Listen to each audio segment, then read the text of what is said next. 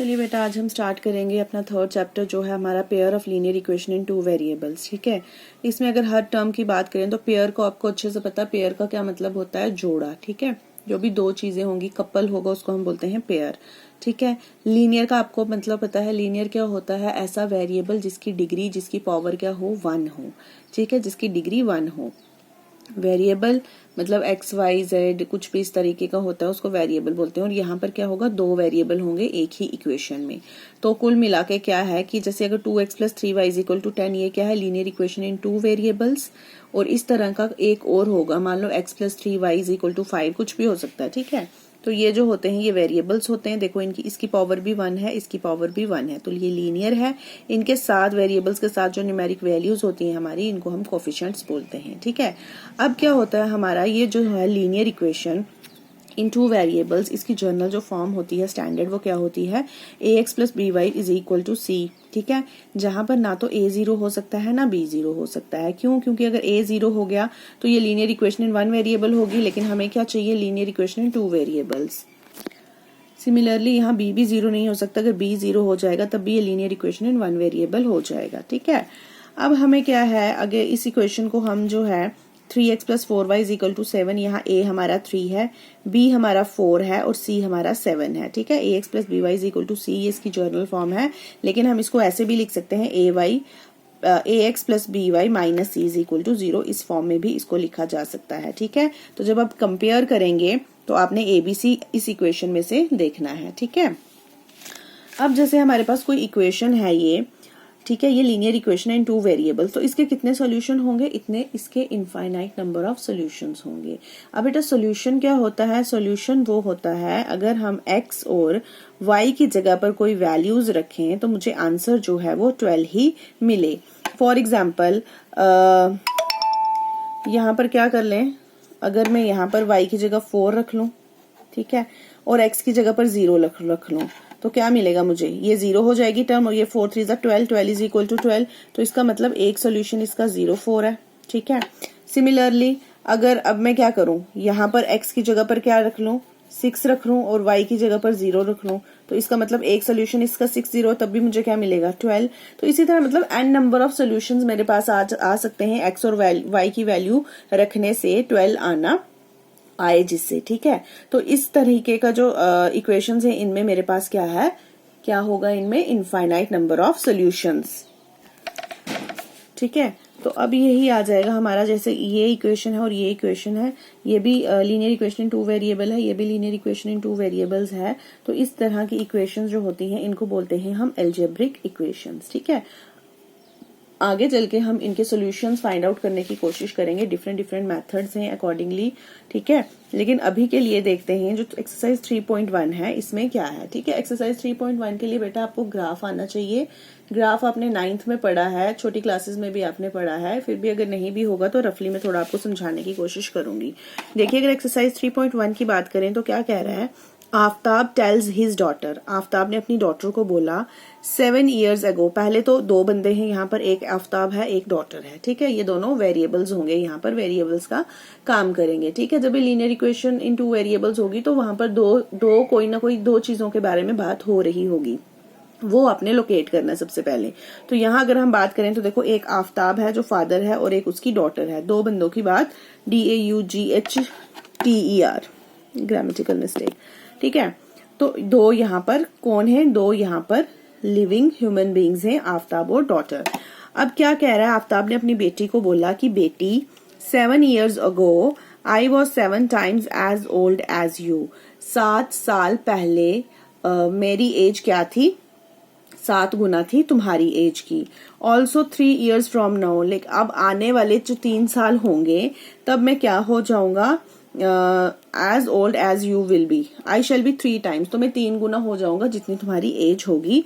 बोल रहा है इस represent this situation algebraically and graphically. हमने इसका सोल्यूशन नहीं निकालने के लिए बोला, अभी उसने बोला है सिर्फ आपको जो क्वेश्चन दिया है इसको एल्जेब्रिकली लिखो, मतलब इस तरीके से इक्वेशन की फॉर्म में लिखो और उसको ग्राफिकली जो है वो रिप्रेजेंट करो, उसका ग्राफ बनाओ।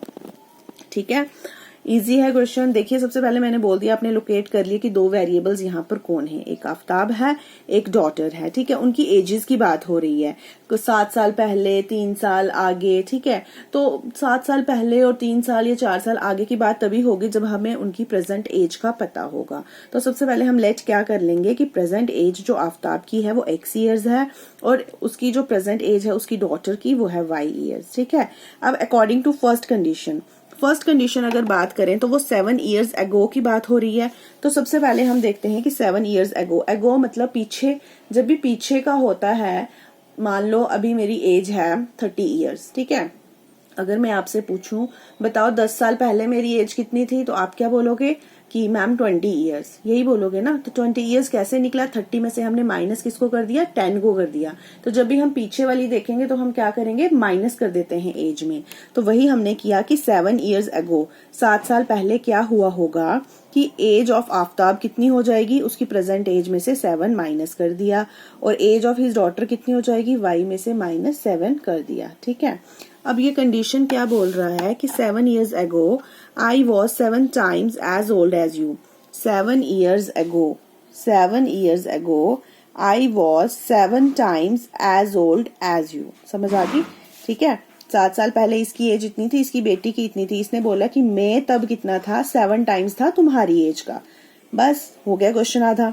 इसको अब ओपन कर लो, ये आ जाएगा x -7, 7y -49, 7 को इधर ले आओ, कांस्टेंट को उधर ले जाओ, ये आ जाएगा x -7y is equal to -49 plus 7, ठीक है।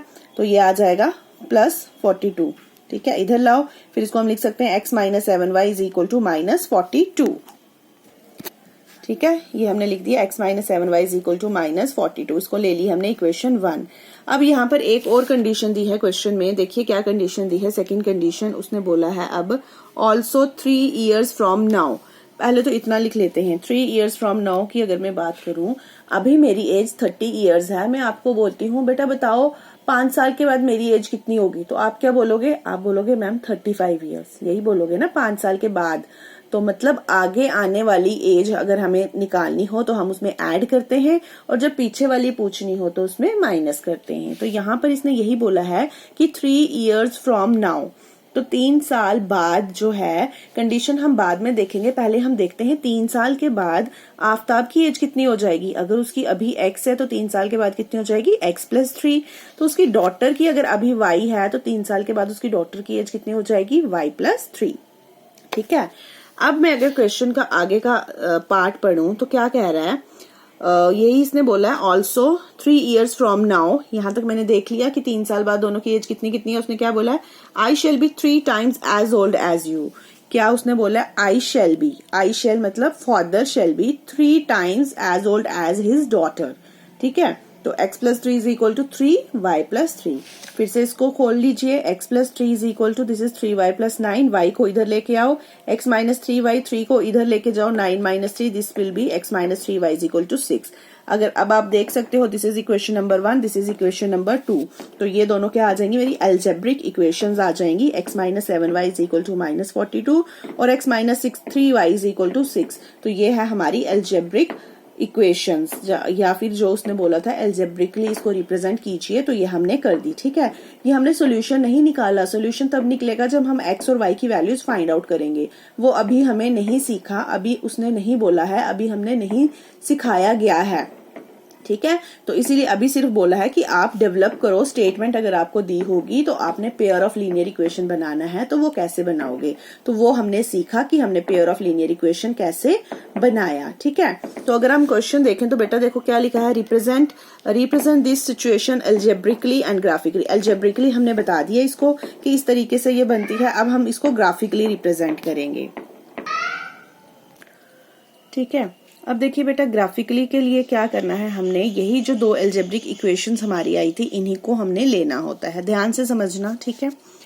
ग्राफ हम कैसे बनाते हैं, ये था x -7y is equal to -42, ठीक है। आपकी मर्जी है, यहाँ पर इन दोनों में से एक वेरिएबल आप यहाँ रखोगे, बाकी सब कुछ दूसरी साइड लेके जाओगे, ठीक है। और इस बात का भी ध्यान रखना, जो वेरिएबल आप यहाँ पे रख रहे हो उसका जो कोफिशिएंट है, इट शुड बी यूनिटी। क्या मतलब कहने का मतलब ये है कि जो भी आप वेरिएबल यहाँ पर रखोगे उसका कोफिशिएंट क्या होता है, जो साथ में न्यूमेरिक वैल्यू होती है, तो उसकी न्यूमेरिक वैल्यू सिर्फ और सिर्फ 1 होनी चाहिए और कुछ भी नहीं होना चाहिए। मान लो अगर यहाँ पर 2x होता ना, फिर मैं 2 उसको उठा के यहाँ पर नीचे डिवाइड कर देती, ठीक है। तो अपनी मर्जी है, कोई यहाँ पर 7 की वैल्यू निकालेगा, अगर 7 की निकालेगा तो क्या हो जाएगा वो -42, अगर 7 ये y की वैल्यू निकालेगा, सॉरी गलत बोल रही हूँ मैं, y की इन टर्म्स ऑफ y ये क्वेश्चन निकालेगा तो ये आ जाएगा -42, फिर आ जाएगा -x divided by 7, minus common लेके फिर आप वैसे कर सकते हैं, ठीक है। तो मैंने निकाला इन टर्म्स ऑफ x यहाँ पर आ गया, यहाँ आ जाएगा -42 और माइनस का इधर जाएगा तो ये आ जाएगा +7y, ठीक है।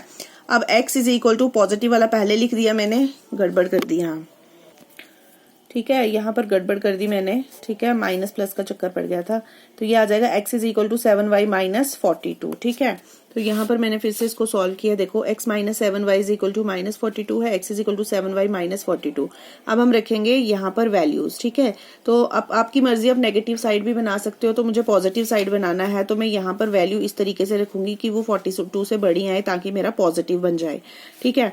अब देखो 7 की y अगर मैं रखती हूँ 7, y की वैल्यू में रखती हूँ 7, तो ये क्या आ जाएगा 7 इंटू 7, यहाँ पर मैंने किया है 49 -42, यहाँ पर आ जाएगा 7, तो x की वैल्यू मुझे मिलेगी 7। अब y में रखती हूँ यहाँ 8, तो 7 8 जा 56 -42, ये आ जाएगा 14। तो दो वैल्यूज ही बड़ी होती हैं, ठीक है। तो इसी तरीके से ये वाला टेबल भी हम बना लेंगे, x minus 3y is equal to 6, तो x is equal to 6 plus 3y, x को यहाँ छोड़ा बाकी सब कुछ उधर ले गए, इसको 3y प्लस 6 भी लिख सकते हैं। अब देखो y जब मैंने 0 डाला तो x की वैल्यू कितनी मिल जाएगी 6, y जब मैंने 1 डाला तो 6 प्लस 3 9, ठीक है। तो दो ही वैल्यूज हमारी बहुत हैं। अब हम जब प्लॉट करते हैं ग्राफ तो कैसे करते हैं, यहाँ पर x एक्सिस लेते हैं, यहाँ पर y एक्सिस लेते हैं, फिर हम देखते हैं कि x की देखो मिनिमम वैल्यू कितनी है, यहाँ पर 6 है और यहाँ पर 7 है, और मैक्सिमम वैल्यू कितनी है x की 14, ठीक है। तो उसी के अकॉर्डिंगली हमने यहाँ पर, अगर मैं आपको बना के बताती हूँ, ठीक है, तो यहाँ पर देखो x की मिनिमम वैल्यू कितनी है 6 और यहाँ पर कितनी है इस टेबल में 7 और मैक्सिमम वैल्यू है 14। तो अकॉर्डिंगली मैंने दो का गैप ले लिया 0 से लेके 16 तक। सिमिलरली y की देखो मिनिमम वैल्यू 0 है और मैक्सिमम वैल्यू है 8, तो y का 1 गैप यहाँ पर 8 ले लिया। अब पॉइंट्स हमने कैसे देखने, ठीक है, देखो ये पहला पॉइंट है 7 7, मतलब जब x 7 कहाँ होगा, यहाँ पर y भी 7, x 7 y 7, मतलब यहाँ कहीं, मैं रफली बता रही हूँ आपको, ठीक है, ये 7 7 एक पॉइंट आ गया। अब जब x 14 तो y 8, x 14 तो y 8, तो मतलब यहाँ कहीं जाके होगा, इसके ऊपर यहाँ कहीं होगा, ठीक है। तो ये x 14 है तो y 8 है, तो यहाँ से आप स्केल के साथ सीधा लाइन खींचोगे तो देखोगे आपकी स्ट्रेट लाइन मिलेगी, ठीक है, ये इस तरीके से स्ट्रेट लाइन मिलेगी। और इसका इक्वेशन का नाम क्या था, ठीक है, ये इस तरीके से हमें स्ट्रेट लाइन मिलेगी। ये पॉइंट थे इसके 7 7 और 14 8, ठीक है। तो इस इक्वेशन का नाम क्या था, x minus 7y is equal to -42, इसका हमने नाम भी यहाँ पर लिखना है, ठीक है। अब दूसरे पॉइंट की बात करें तो दूसरा टेबल देखो 6 पे 0, जब x 6 तो y 0, x 6 तो y 0, एक पॉइंट ये आ गया, इसको हमने लिख दिया 6 0। दूसरा है जब x 9 तो y 1, x 9 देखो कहाँ, ये 8 है ये 9 है, तो यहाँ पर आएगा कहीं, दो पॉइंट्स बड़े होते हैं ड्रॉ करने के लिए, ये 9 तो 1, यहाँ से भी अगर देखो हम खींचेंगे तो ये क्या होगी स्ट्रेट लाइन इस तरीके से। तो इस लाइन का नाम क्या था, x minus 3y is equal to 6। तो देखो दो लाइंस मिली हैं, दोनों स्ट्रेट लाइन मिली हैं। तो this is how we have to graphically represent these algebraic equations. तो आई होप इतना क्लियर होगा एल्जेब्रिकली क्या होगा जब हमने इन फॉर्म्स में इनको लिखना है, और ग्राफिकली क्या होगा इनका हम जब ग्राफ बनाएंगे, ठीक है। This is graphical representation. और देखो ये जो लीनियर पेयर के जो भी बन रहे हैं या लीनियर इक्वेशंस का जो ग्राफ बन रहा है वो हमेशा क्या होगा, स्ट्रेट लाइन होगा। वो अलग चीज है कि वो स्ट्रेट लाइन कोइंसिडेंट होंगी, पैरेलल होंगी या इंटरसेक्टिंग होंगी, वो हम आगे पढ़ेंगे, लेकिन स्ट्रेट लाइन जो है वो इसका ग्राफ बनेगा, ठीक है।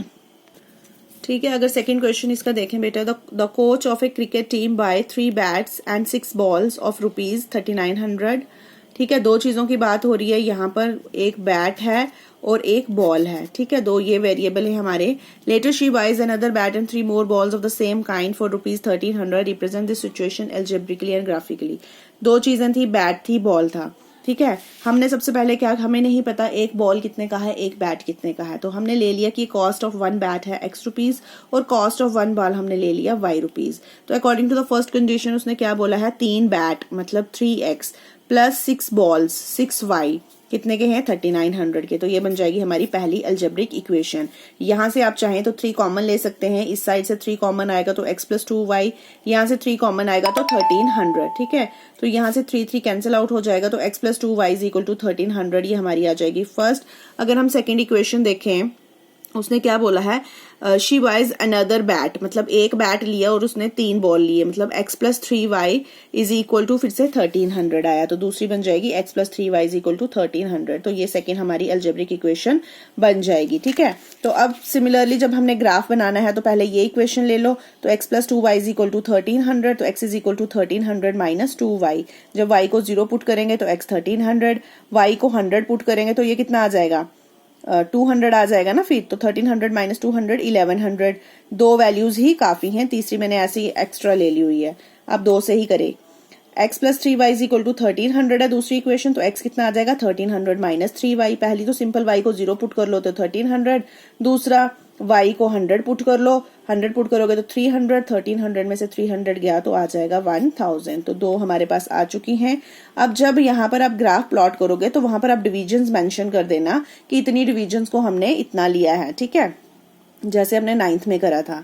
ठीक है, तो अब देखो x की मिनिमम वैल्यू कितनी है, ये दो वैल्यूज और ये में कितनी है 1000 और मैक्सिमम है 1300। सिमिलरली y में कितनी है, 0 से लेके 200। ठीक है, देखो अकॉर्डिंगली मैंने ये यहाँ पर भी पॉइंट्स ले लिए, यहाँ पर भी पॉइंट्स ले लिए और फिर ये दोनों ड्रॉ की। ये यहाँ पर कहीं इंटरसेक्ट हो रही है क्योंकि कॉमन पॉइंट आ रहा है यहाँ पर। ठीक है, ये वाला कॉमन पॉइंट भी हम सोल्यूशन बोलते हैं इसको, वो हम आगे चल के डिस्कस करेंगे। तो देखो इस इक्वेशन का नाम यहाँ लिख दिया, इस इक्वेशन का नाम मैंने यहाँ पर लिख दिया। तो इस तरीके से ये ग्राफिकली रिप्रेजेंटेशन हो जाती है इसकी। तो अब थर्ड क्वेश्चन आप खुद करेंगे, आपके लिए होमवर्क है वो। The cost of 2 kg of Apple and 1 kg of grapes on a day was found to be ₹160. After 1 month, the cost of 4 kg of apples and 2 kg of grapes, ₹300 is ₹300. Represent the situation algebraically and graphically. तो अगर आप यहाँ पर देखें ध्यान से तो दो वेरिएबल्स कौन है यहाँ पर, एप्पल है और ग्रेप्स हैं। तो उनके केजी की बात हो रही है, तो पहले हम मान लेंगे कि 1 kg के एप्पल ₹X के हैं और 1 kg ग्रेप्स कितने हैं, ₹Y के हैं। तो देखो 2 kg एप्पल है तो क्या बन जाएगा यहाँ, 2x + y = 160। एक इक्वेशन ये बन जाएगी और दूसरी क्या बन जाएगी, 4x + 2y = 300। ये लीजिए ग्राफिकली अलजेब्रिकली ये दो इक्वेशंस आ गई। अब यहाँ से आप टेबल बना के छोटे छोटे तो ग्राफ जो है वो बना सकते हैं। ठीक है, क्लियर। तो ये फर्स्ट एक्सरसाइज थी हमारी जिसमें हमने सिर्फ इतना ही सीखा है अभी कि अगर हमें कोई स्टेटमेंट दी होती है वहां से हम कैसे अलजेब्रिक इक्वेशन जो है वो बनाते हैं और ग्राफिकली अगर हमें रिप्रेजेंट करना है तो ग्राफिकली हम उस चीज को कैसे रिप्रेजेंट करते हैं। ठीक है, तो अभी के लिए हमारा इतना ही है, बेसिक यहाँ पर इतना ही था। अब नेक्स्ट एक्सरसाइज में हम आगे थोड़ा सा इससे और बढ़ेंगे। ठीक है।